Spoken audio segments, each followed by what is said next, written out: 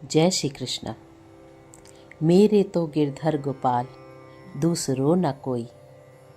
जिसने ये गाया और उसके गिरधर गोपाल, उनका एक बहुत ही सुंदर सा, बहुत ही मनोहर छोटा सा प्रसंग मैं आप सबको सुना रही हूँ।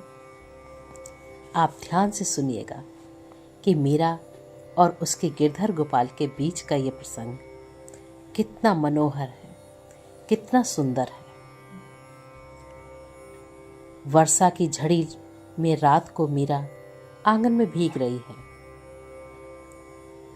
दासियों ने बहुत प्रयत्न किया कि वे महल में पधार जाएं, किंतु वो तो भावों की तरंग में बहती हुई प्रलाप करने लगी, व्याकुल हो गई और उसे लगा कि सब कुछ मेरे सामने हो रहा है।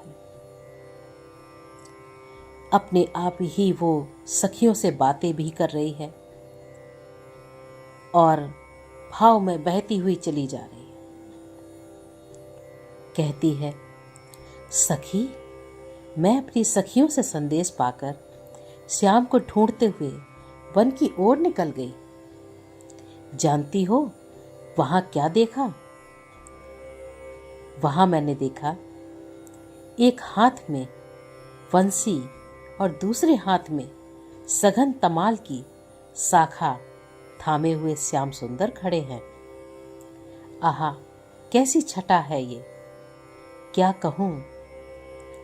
ऊपर से गगन में श्याम मेघ उमड़ रहे थे, उनमें रह रह करके दामिनी बिजली चमक रही थी।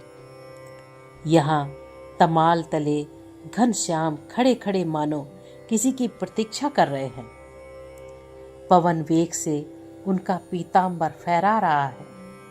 सखी, उस रूप का क्या वर्णन करूं, कहां से आरंभ करूं कि वो कैसे लग रहे थे।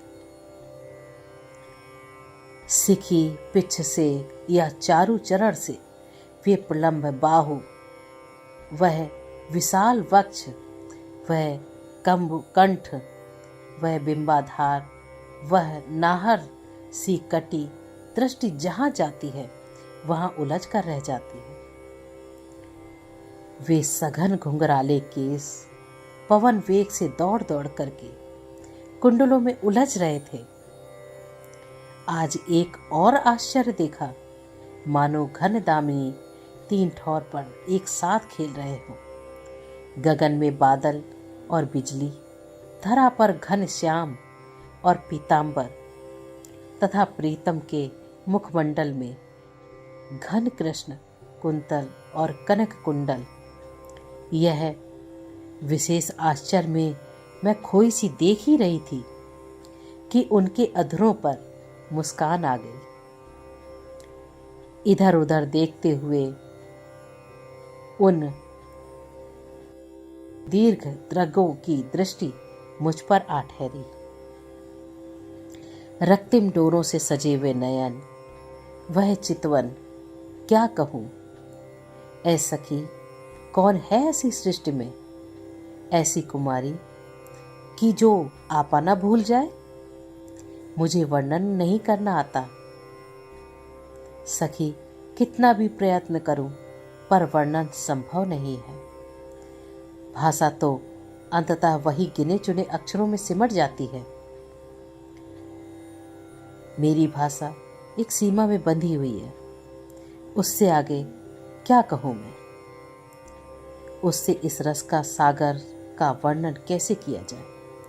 मुझे लगा कि हृदय में कुछ स्थान छूट गया है। इधर लज्जाने कौन जाने कब का बैर याद किया कि नेत्रों में जल भर आया।